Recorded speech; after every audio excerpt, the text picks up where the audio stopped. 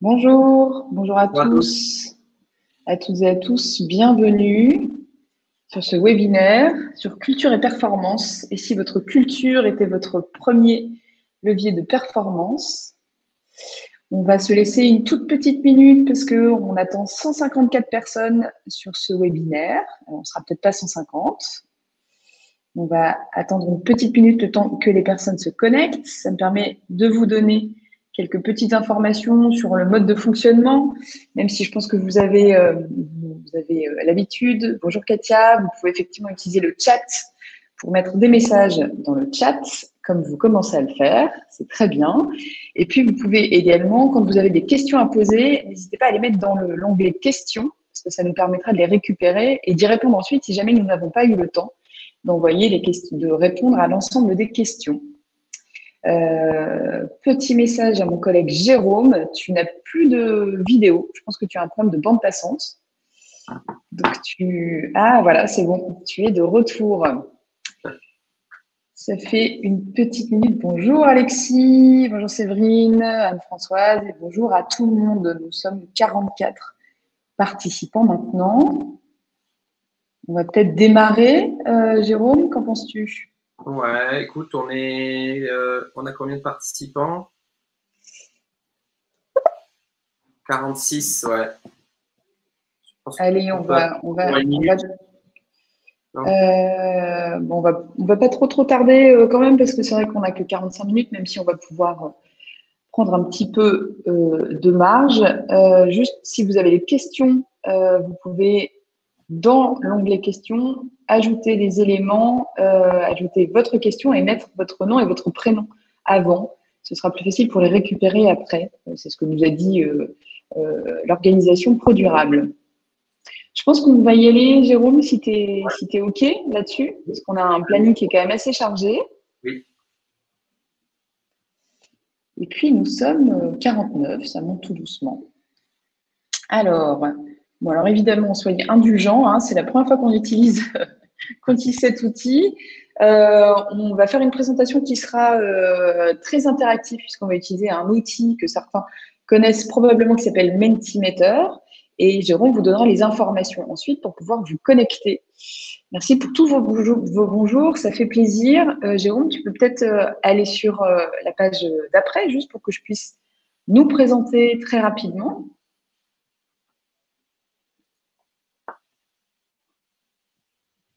Alors, pour présenter très rapidement Impio, ça c'est pour ceux qui sont plus visibles et qui ont besoin de lire, c'est notre manifeste qui est issu de notre raison d'être. Mais je vais vous raconter très brièvement qui nous sommes. Alors, Impio, on a un cabinet indépendant. C'est quand même assez important pour nous de le préciser. Et puis, un cabinet autogouverné. On existe depuis 15 ans.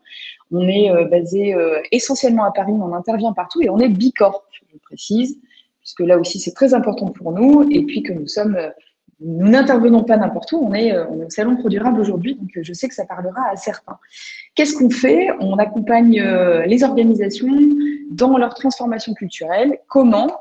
En s'appuyant sur l'autonomisation et sur la coopération de l'ensemble des collaborateurs. Et donc, quand je dis collaborateurs, c'est vraiment au sens global et on peut intervenir à différents niveaux. On est vraiment sur l'intervention des collectifs de travail. Notre ambition, je pense que si vous êtes allé faire un tour sur le site d'Impulio, vous l'avez vu, notre ambition, c'est vraiment de réconcilier humain et performance. De quoi est-ce qu'on parle aujourd'hui?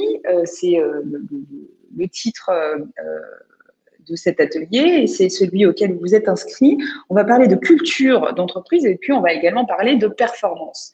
Alors ça nous a semblé très important à Jérôme et à moi de définir évidemment ce qu'était culture et performance parce qu'on peut mettre énormément de choses derrière. Pour nous, la définition d'une culture, que ce soit une culture d'entreprise, une culture de n'importe quoi, culture d'un pays aussi, c'est un ensemble de 3 éléments, les objets, les comportements et les valeurs. Les objets, c'est par exemple les logos qu'il peut y avoir à l'intérieur d'une organisation.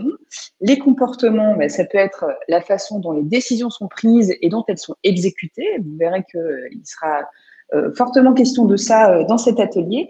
Et puis les valeurs, évidemment, là je ne décris pas puisque la plupart du temps, quand on parle de culture d'entreprise, on travaille essentiellement sur les valeurs qui sont pour nous un peu la partie émergée de l'iceberg. quand même. Donc, ne pas oublier les deux autres éléments, les objets et les comportements. Et quand on parle de performance chez Infusio, là, de réconcilier performance et culture, on parle de performance durable chez nous, parce que quand on commence à intervenir sur la culture, on est sur le temps long, donc performance durable et puis de performance globale aussi, donc évidemment au sens économique, au sens social, sociétal et environnemental, puisque l'ensemble des éléments sont imbriqués.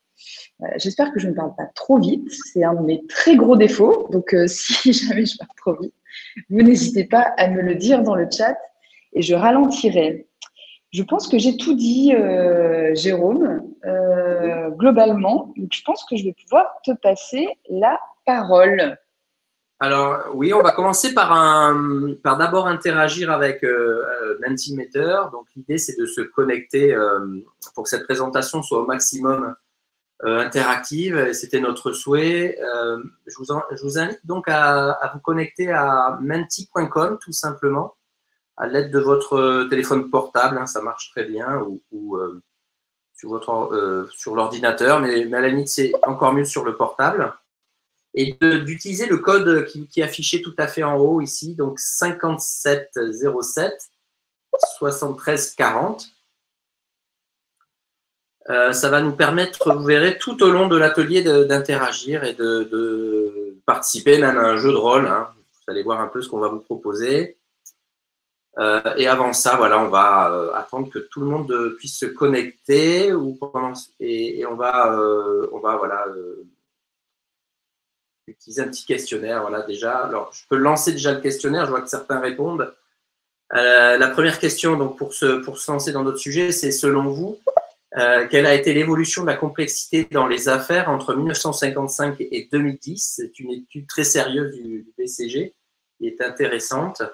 Ce qu'on appelle, nous, hein, ici, l'évolution de la complexité dans les affaires, c'est comment il est tout simplement, voilà, comment il est plus difficile hein, aujourd'hui de faire des affaires, du business, voilà, d'avoir des clients par rapport à 1955. Donc, ça englobe finalement cette complexité. Par exemple, tout le sujet réglementaire, tous les sujets d'innovation, l'augmentation de la concurrence aussi, qui rajoute des contraintes voilà, pour trouver des clients. Voilà, donc on a pas mal, déjà 31 réponses, très bien. Hein, ça se partage entre un facteur de 35 fois plus compliqué et 6 fois.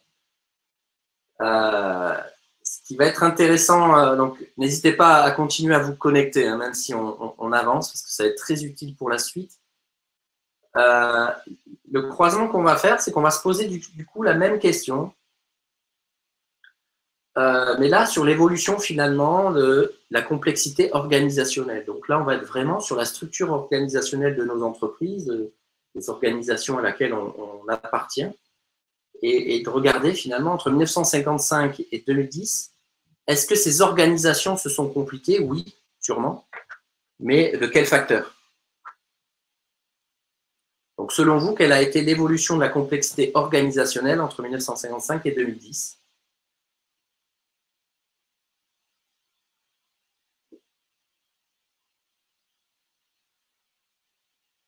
Alors, on a une grosse partie qui nous dit 6 fois, d'autres encore plus, 35 fois, d'autres simplement 3 fois. Alors, on avait 31 personnes de l'autre côté, voilà, on va y arriver.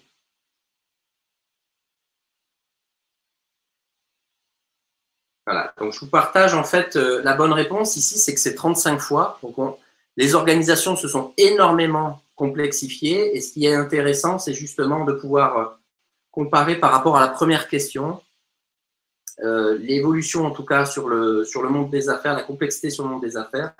La bonne réponse, c'était affiché voilà, 6 fois. Donc ce qui est très intéressant comme écart ici à utiliser, ou c'est le premier constat qu'on voulait vous partager, c'était que par rapport à la nécessité, sinon business, la complexité business qui s'est complexifiée 6 fois, ben, finalement, les organisations, la réponse des organisations a été finalement de se surcomplexifier, en tout cas bien plus que nécessaire. Donc, c'est de ça qui va être question aussi par la suite et c'est ça qu'on va explorer et ce que je vous propose avec Astrid, c'est de se poser quelques petites règles du jeu et un jeu de rôle où en fait on va incarner une entreprise ensemble Hein, je crois qu'on est à peu près une cinquantaine de personnes. Ce qu'on va vous proposer, ben, c'est d'expérimenter différents niveaux de culture managériale dans notre entreprise ce matin. Notre entreprise, elle s'appelle Grégoire. Voilà, c'est une entreprise, une petite PME, hein, manufacturière. Enfin voilà, ça n'a pas d'importance. Et donc, nous sommes les collaborateurs ensemble et les managers de cette entreprise. La petite chose, ben, c'est que moi, je vais incarner le boss de cette entreprise, donc le directeur général de l'entreprise. Et on va aller visiter des situations qui vont se présenter à nous. Et donc, on va prendre des décisions. La première situation qui se présente à nous, c'est que nous avons besoin de recruter. Donc, c'est vraiment un cas qui illustre le quotidien, hein, notre quotidien. On va avoir besoin de recruter un nouveau collaborateur pour notre équipe, pour l'entreprise. Et donc, je décide de je vais décider moi-même de ce recrutement. Donc, je vais décider seul et je vais vous informer par la suite de mon choix. Je vous présenterai donc le nouveau collaborateur une fois que j'aurai choisi ce collaborateur. La première question que je vous pose, qui va être intéressante, c'est finalement quelle est l'émotion que vous avez quand je vous annonce cette décision. Je vous présente un nouveau collaborateur dans l'entreprise et j'ai été le seul à le rencontrer et à le choisir. Est-ce que vous êtes motivé? Est-ce que vous êtes bien? Est-ce que vous êtes confus? Est-ce qu'il n'y a absolument aucun intérêt et donc vous n'avez aucune émotion? Est-ce que vous êtes frustré, agacé, anxieux à l'idée de rencontrer ce nouveau collègue sans que vous ayez participé à son recrutement, puisque c'est une décision unilatérale de votre boss, Jérôme, dans cette entreprise Grégoire. On aurait pu trouver des noms un peu plus fun, hein, Jérôme, pour la prochaine fois. Ouais, si vous avez des suggestions, vous pouvez les mettre dans le chat. Ouais, on les prend, oui. J'ai pris très traditionnel. Hein. Donc, on a 26 réponses. On a 55 participants. Donc, pour tous ceux qui sont en train de nous rejoindre au fur et à mesure, n'hésitez pas vraiment, si vous voulez participer pleinement à cet atelier, à vous connecter sur www.menti.com avec votre téléphone ou sans votre téléphone, avec votre ordinateur, et à taper le code qui est soit inscrit en haut, soit que j'ai remis dans le chat. Voilà, il y a Florence qui nous propose verticalité, en effet, et dans ce cas-là, on pourrait dire ça. Il y aura d'autres situations et d'autres manières de décider. Mais vous verrez, Florence, cette entreprise est pleine de surprises et de rebondissements. Voilà. Alors, ce qui est intéressant, hein, juste déjà, première observation ici, hein, c'est que vous utilisez quasiment toute la plage d'émotions qui vous sont proposées. Donc, on ne ressent pas du tout la même chose à cette même façon de décider. Ça va, vous voyez, de plusieurs personnes, 6 qui se sentent bien avec 6 personnes confuses, des personnes frustrées, essentiellement 8, agacées même 5 et un anxieux. Aucun intérêt d'eux. Voilà, vous l'avez sous les yeux. Alors, on va continuer avec la même situation. Donc, le recrutement d'un collaborateur. Comment auriez-vous aimé que la décision finale soit prise? Ça revient à dire quelle est votre aspiration par rapport à cette situation-là. Est-ce que vous auriez préféré que on réunisse l'équipe et qu'on s'explique entre nous, qu'on fasse des choix ensemble et puis que le manager décide? Ou est-ce que vous auriez voulu vous réunir finalement sans ou avec moi pour décider entre vous? Ou que finalement, je vous laisse décider vous seul?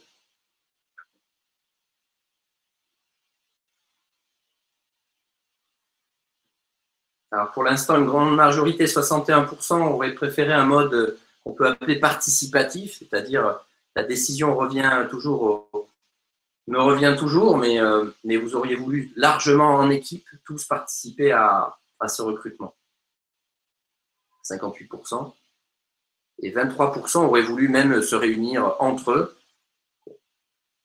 pour prendre eux-mêmes cette décision. sans moi à la limite, avec ou sans moi d'ailleurs, peu d'importance. Et plutôt un mode collaboratif, 25%. On passe à la suite, une autre situation. Vous avez compris le principe. Je vais aller un peu plus vite même, pourquoi pas. Là, on doit fixer les objectifs de l'année. Les objectifs annuels, donc ça a du poids hein, bien souvent parce que ça pèse aussi sur les primes, par exemple, hein, de l'année, sur l'évaluation aussi de la réussite de l'année. Donc, on va fixer les objectifs de l'année.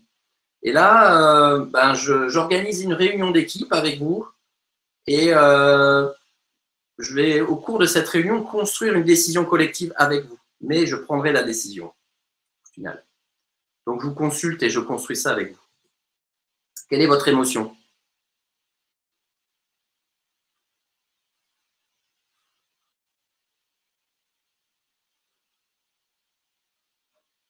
Un motivé, 3 motivés. Donc, on est sur la fixation des objectifs de l'année, c'est ça la situation.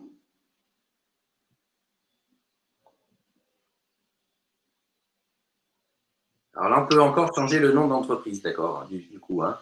Oui, mais je pense que motivé est en tête.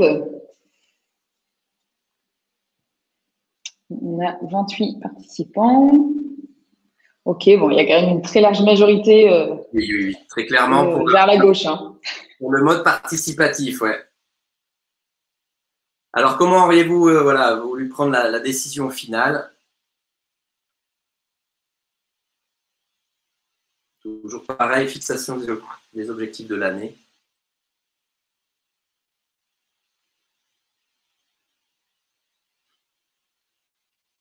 Voilà, ça se concentre beaucoup, en effet, entre un mode participatif et collaboratif. Donc, la grande différence entre ces deux modes de décision, justement, ça va être les modalités de consultation. Enfin, ça va être, la consultation, ça sera toujours toute l'équipe, mais est-ce que la décision est prise par le manager, par le directeur général, ou est-ce que c'est pris par vous dans l'équipe? Voilà la grande différence de ces deux modes de décision. Ok, une dernière situation qui permet d'aller au bout de notre des situations qu'on peut rencontrer. Donc la troisième, c'est qu'on va là avoir besoin de choisir et de répartir les formations dans l'équipe, donc les formations annuelles. Et là, je décide totalement de vous faire confiance et je vous fais confiance pour prendre la meilleure décision. Quelle est votre émotion? Donc, tu n'interviens pas dans la prise de décision. Non. Eh oui, il y a des anxieux. Normal.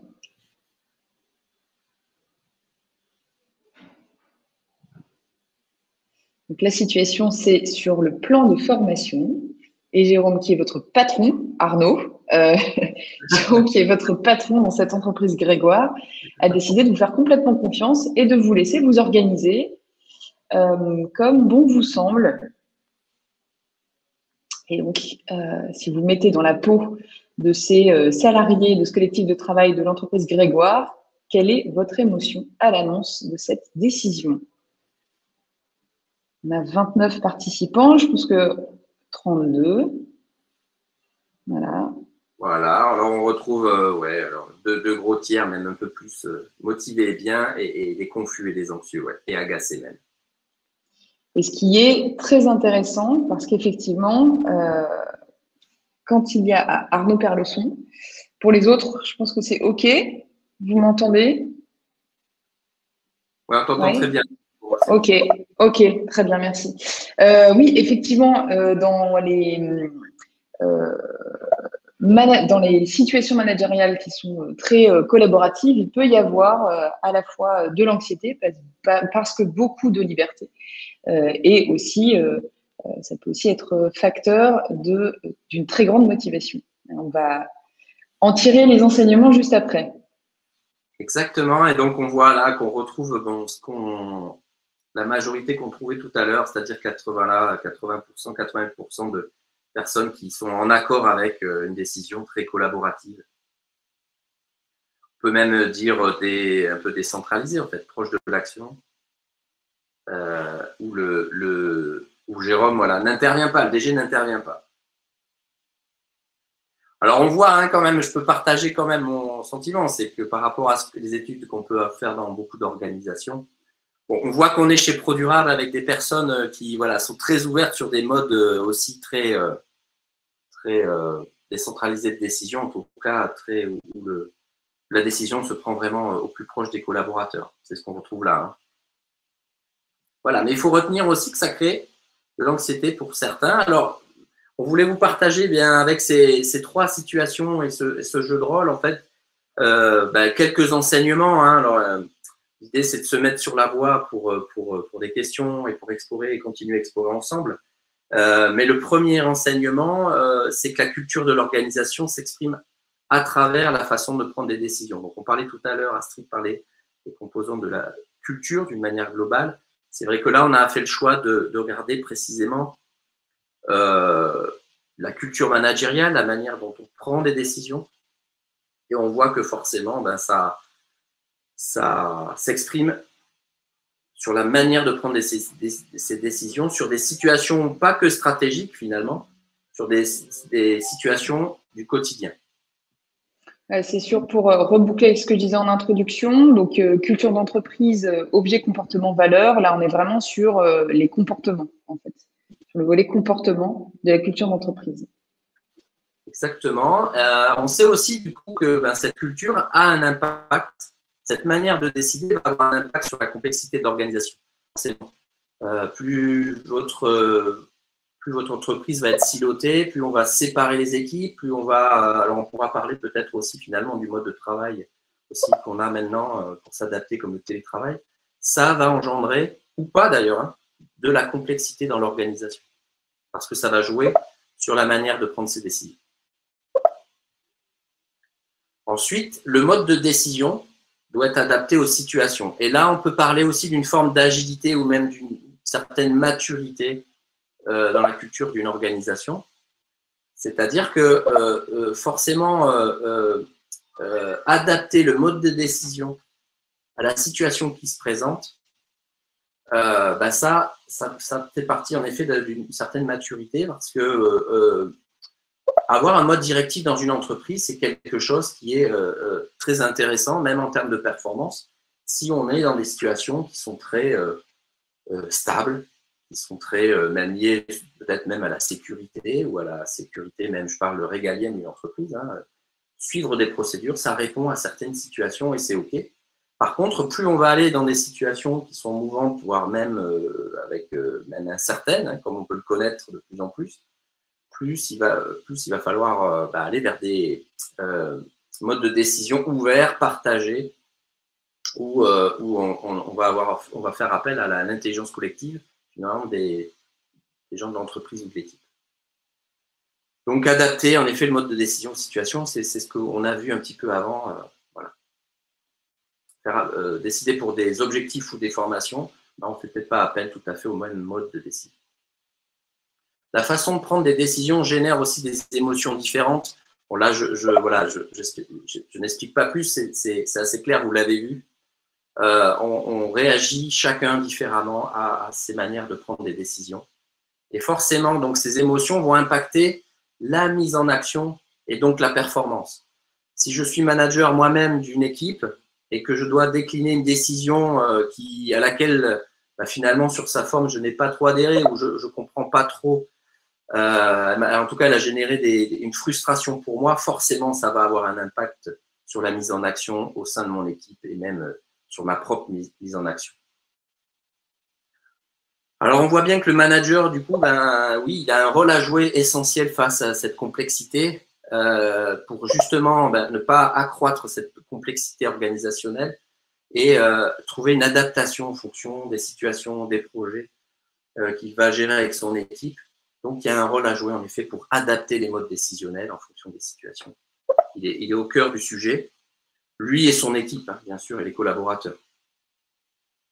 De bien comprendre ce qui se joue là. Alors, une solution pour répondre à ces problématiques, finalement, ça va être de conjuguer autonomie et coopération. Je pense que vous le sentez assez rapidement, même avec le petit jeu de rôle qu'on a fait, c'est-à-dire que eh bien, jauger ou en tout cas accentuer ou réduire l'autonomie dans certaines situations qui se présentent, ou activer la coopération pour pas se sentir seul sur certains sujets, et bien, ça permet en effet de mieux gérer des moments dans une entreprise. Voilà. Alors, ce qu'on voulait vous partager maintenant, c'était que ce qu'on vous a présenté sous forme de jeu ici, c'est ce qu'on a pu, on met en place chez Intuition, on a mis en place l'utilisation d'un référentiel que vous retrouvez ici, d'un référentiel en fait culturel autour de 5 archétypes managériaux. C'est tout simplement un référentiel qui permet de rendre visible auprès des collaborateurs, des managers d'une organisation, finalement, quels sont les modes décisionnels qui sont utilisés en fonction des situations qui se présentent dans l'entreprise. Mais aussi, finalement, de comprendre aussi quelle est la maturité de cette organisation. Vous avez les 5 niveaux ici, donc du directif au libérant. Vous comprendrez assez facilement que plus on va aller vers la droite et plus on va pouvoir faire face à des situations incertaines. Et donc, on va pouvoir mesurer à partir d'un questionnaire, comme vous l'avez pu vivre là, la maturité de cette organisation. Ce référentiel, on l'a construit alors à partir de pas mal de lectures et de travaux R&D aussi qu'on fait chez nous. C'est un socle important pour nous, la R&D, voilà, autour de, bon, vous avez des lectures là, mais peut-être que plusieurs d'entre vous connaissent déjà la spirale dynamique. Je peux juste compléter, Jérôme, et puis ton son est un peu assuré, donc c'est très bien, ça me permet de reprendre un peu là-dessus. J'ai remis dans le chat, vous pouvez poser des questions. Merci beaucoup Amélie pour la première question que vous avez posée. Donc dans l'onglet questions, sur ces archétypes de culture managériale, donc vous l'aurez compris, le petit point orange, c'est le manager à chaque fois. Et d'ailleurs, sur le côté collaboratif, le manager pourrait aussi avoir un petit point orange, c'est juste que sa posture est tout à fait différente. Donc le premier, c'est le style managérial, la culture managériale et le mode de prise de décision qui est directif. C'est le manager qui va décider et informer l'ensemble du collectif de travail. Ensuite, le consultatif, où là, clairement, le manager va expliquer, écouter, puis décider. Donc, il y a une consultation qui est faite, qui est beaucoup plus basée sur les expertises de chacun. Puis, le style de management participatif, où là, le manager va réunir l'ensemble de l'équipe, expliquer, écouter, pour ensuite décider, prendre sa décision, mais c'est bien lui qui décide au final. Et vous voyez, c'est les 3 éléments sont sur les 3 premiers directifs consultatifs et participatifs. C'est bien le manager qui décide. Le style collaboratif ensuite, où là, c'est une décision qui fait beaucoup plus appel à l'intelligence collective, puisque les décisions sont prises de façon commune. Et la posture managériale relève plus d'une posture de manager coach, en fait, ou leadership à ce niveau-là. Et puis le dernier niveau, donc plus on va vers la droite, plus on est vers du collaboratif. Là, on est complètement sur de l'organisation libérée ou libérant. Alors, ce qui peut aussi générer, vous l'avez vu tout à l'heure quand on avait posé cette question sur le plan de formation, qui peut générer un certain nombre qui peut aussi générer de l'anxiété chez un certain nombre de personnes. Ce qu'il est important de retenir là-dessus sur les archétypes de culture managériale, c'est Intuition n'est absolument pas dogmatique là-dessus. C'est sur un type particulier, c'est de se dire que c'est aussi les enseignements du petit jeu qu'on a fait. À chaque décision, à chaque situation, sont sa façon de décider très spécifique. Plus vous allez vers la droite, plus il y a des enjeux d'innovation. Plus vous allez vers la gauche, plus il faut que ce soit des sujets qui soient beaucoup plus classiques, directifs, avec des actions évidentes à mener. Alors, je réponds à Clémentine. Effectivement, l'archétype libérant fait référence à l'holacratie. Et petit rappel, posez vos questions dans le chat, parce que comme ça, on va pouvoir les récupérer ensuite si jamais, posez vos questions dans l'onglet questions. Comme ça, on pourra les récupérer si jamais on n'a pas eu l'occasion de répondre à toutes les questions avant la fin. Voilà. Jérôme, est-ce que j'ai oublié quelque chose là-dessus? Pour vous dire justement que l'utilisation qu'on en faisait, en effet, c'est qu'on avait développé donc, pour rendre visible cette culture managériale hein, qui est souvent impalpable, enfin en tout cas un petit peu diffuse. Là, on la rend d'une manière assez quantitative, voilà, très, très clairement à partir voilà, d'une sorte d'une cartographie. Alors là, elle est illustrée. Hein. Est-ce qu'on va utiliser en fait ces 5 cultures, ce référentiel de 5 cultures managériales sur un système de mesure où vous allez retrouver, vous le voyez ici en abscisse, la perception, c'est-à-dire quelle est la culture que je vis tous les jours, que je perçois dans mon entreprise, et finalement la croiser aussi avec votre aspiration, c'est-à-dire comme le petit jeu tout à l'heure, quelle serait la culture idéale pour vous pour décider voilà, au quotidien. Et donc, le croisement, vous comprenez bien que le croisement entre votre perception et votre aspiration permet déjà de concrètement voir des écarts et de pouvoir donner des pistes d'amélioration très concrètes. Voilà. Alors, on va peut-être, je vais mettre la présentation en plus petit. Alors, oui, soit vous nous posez des questions là-dessus, mais je vois qu'il y en a déjà pas mal dans le chat et dans les questions, Jérôme. Du coup, je vais réduire ça comme ça. Tout le monde peut nous voir en plus grand. On peut voir ces superbes fougères derrière moi. Donc Clémentine, oui, j'ai déjà répondu. L'archétype libérant fait référence, alors pas qu'à l'holacratie, hein, mais à l'autogouvernance, etc. Voilà, il y a un certain nombre de modèles de gouvernance alternatifs. Franz.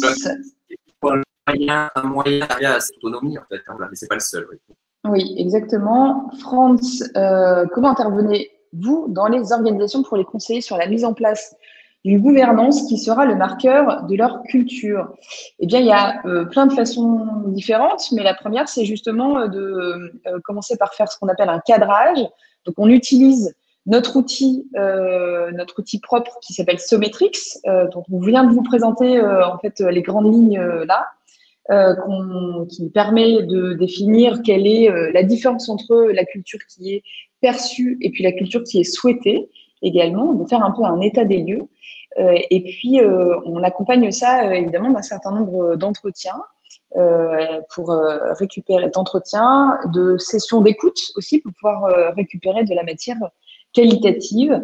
Voilà, alors là, c'est un peu, je pourrais en parler pendant des heures, mais il faut que je prenne d'autres questions. Donc, c'est un petit peu frustrant pour moi aussi de ne pas répondre un peu plus longtemps. Amélie, y a-t-il des constats de secteur d'activité, format d'entreprise, où les salariés sont plus sensibles au mode collaboratif ou au contraire à une certaine verticalité?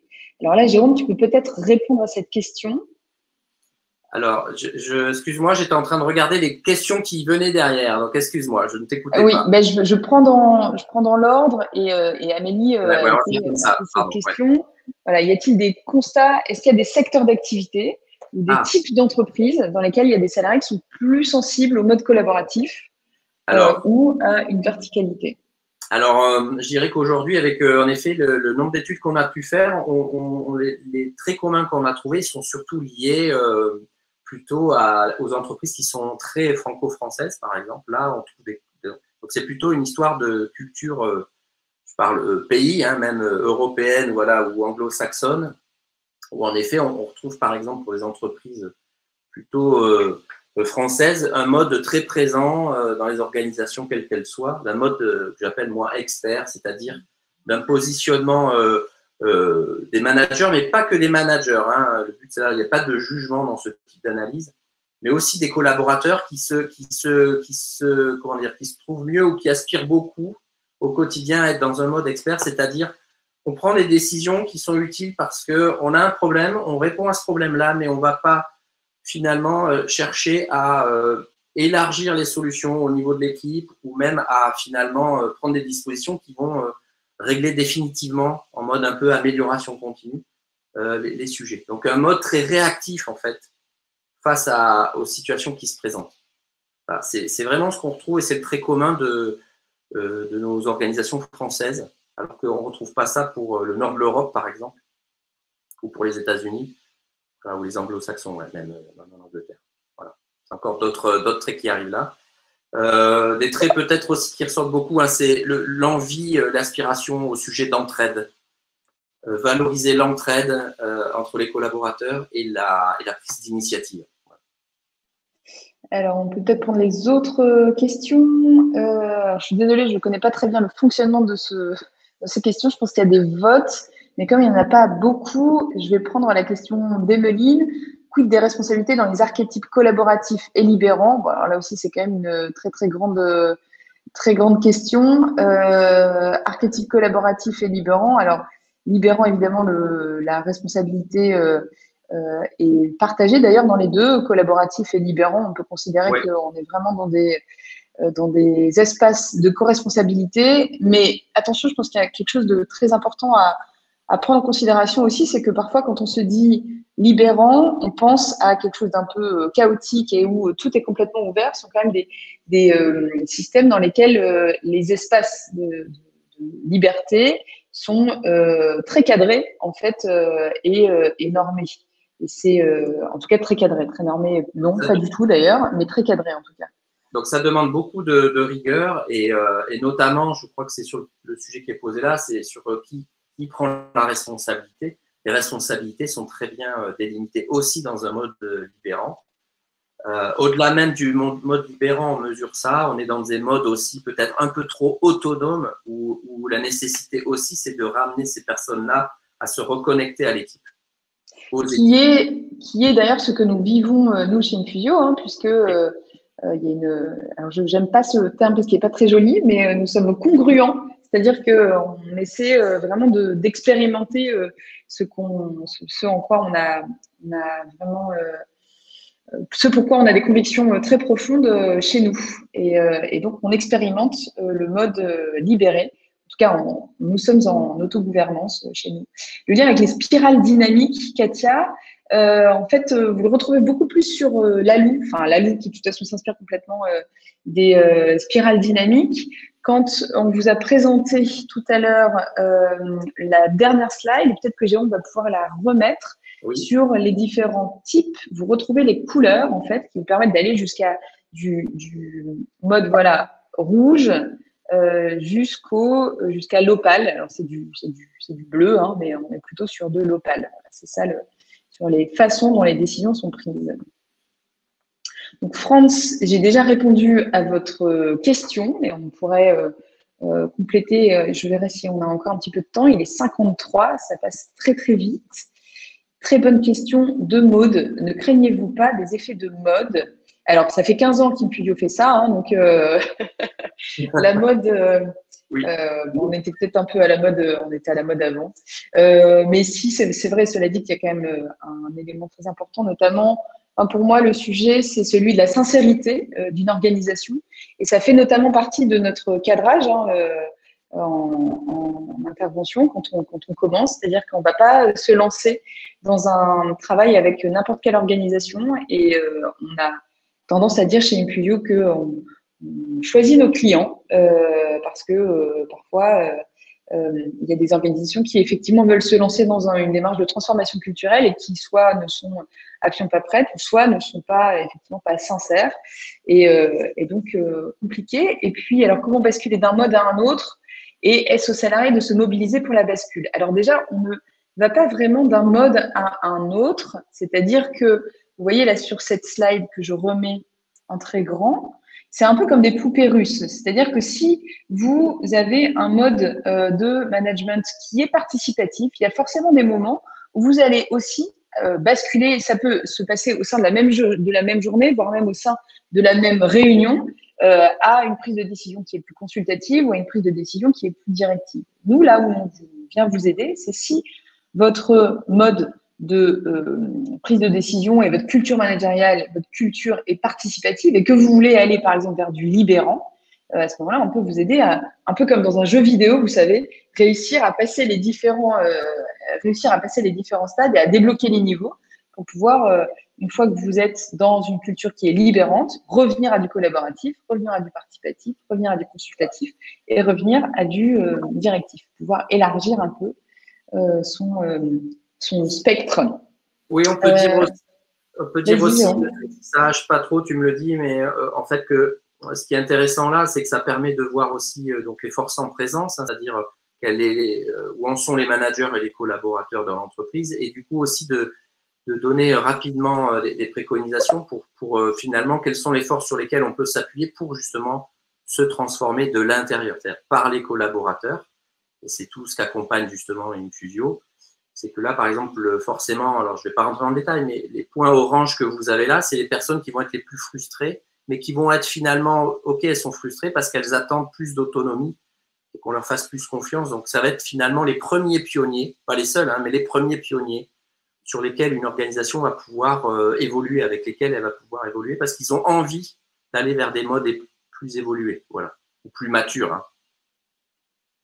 Voilà, mais en effet, ça permet de décliner toute une stratégie très concrète, hein, très posée, très concrète même vis-à-vis des situations qui sont utilisées ou vécues dans l'entreprise pour avancer avec les collaborateurs. Oui, et ça me permet de répondre à la question d'Arnaud qui dit, est-ce que les grandes entreprises ne sont pas confrontées à une difficulté actuelle qui est celle de l'innovation, qui nécessiterait un mode plus participatif et une culture orientée plutôt sur le management directif avec beaucoup d'inertie dans les grandes organisations? Eh bien, Arnaud, je ne sais pas de quelle organisation vous venez, mais vous avez complètement raison et c'est exactement notre point. Et c'est ce qu'on voulait vous montrer avec le petit jeu interactif. C'est tout à fait ça, en fait. Plus vous avez un besoin d'innovation, d'agilité, même si, pareil, ce terme est quand même très galvaudé aujourd'hui, mais plus vous avez un besoin d'innovation, plus vous allez, effectivement, vous avez besoin, en tout cas, d'aller vers du collaboratif, libérant, etc. Moins vous avez un besoin d'innovation, plus vous pouvez être dans un style qui est directif. Donc, c'est un grand oui à votre question, Arnaud. Florence, je pense que Jérôme a répondu à votre question tout à l'heure sur les petits points. Ce sont des personnes, en fait, à chaque fois. C'est complètement anonyme, ces enquêtes aussi. Donc, un point représente une personne, mais on ne peut pas savoir de qui il s'agit. Quelle heure est-il? Il est 11h58. On nous a dit qu'on pouvait déborder un petit peu. Alors, je propose qu'on déborde un petit peu. Je vois plein de questions. Une question de Maria Aristide. Comment planter la culture désirée dès le départ dans l'entreprise? Alors, vas-y, Jérôme. En effet, c'est ce qu'on va appeler, nous, la culture cible. Et c'est en fait le point vert que vous voyez ici, hein, qui est le seul point finalement qui n'est pas déduit voilà, des réponses des collaborateurs ou des managers. En effet, ça fait partie du cadrage que va faire Infusio, en effet, pour définir avec l'entreprise. C'est même l'entreprise qui va construire cette culture désirée. Finalement, ça va être en explorant la complexité de votre marché, la complexité de votre stratégie, c'est-à-dire quelle culture va être en adéquation avec vos stratégies, voilà, 6 mois, 1 an, 2 ans. Hein, on ne va pas aller plus loin parce que ça change très vite. Et quelle est vraiment la culture qui va soutenir l'accomplissement de votre stratégie. Donc, voilà, on va vous proposer des choses hein, là-dessus d'une manière très concrète pendant un cadrage. Et bien souvent, voilà, c'est le comité de direction qui choisit cette culture. Et c'est à partir de ce moment-là qu'on va faire une mesure auprès des managers et des collaborateurs pour justement voir où se situe l'entreprise aujourd'hui.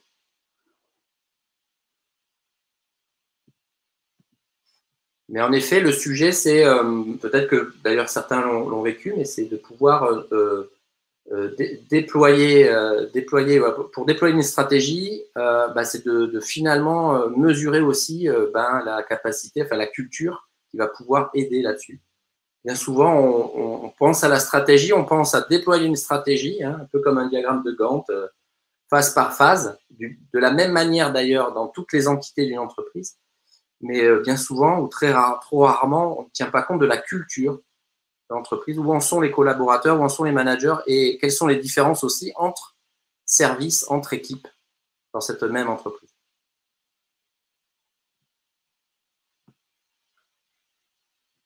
Hop, alors, Jérôme, juste, je pense qu'il y a d'autres questions. Je vous envoie un petit call to action. Je ne sais pas si ça a fonctionné pour vous dire que vous pouviez vous connecter à notre page LinkedIn Infusio parce que comme ça, vous pourrez avoir accès à notre veille.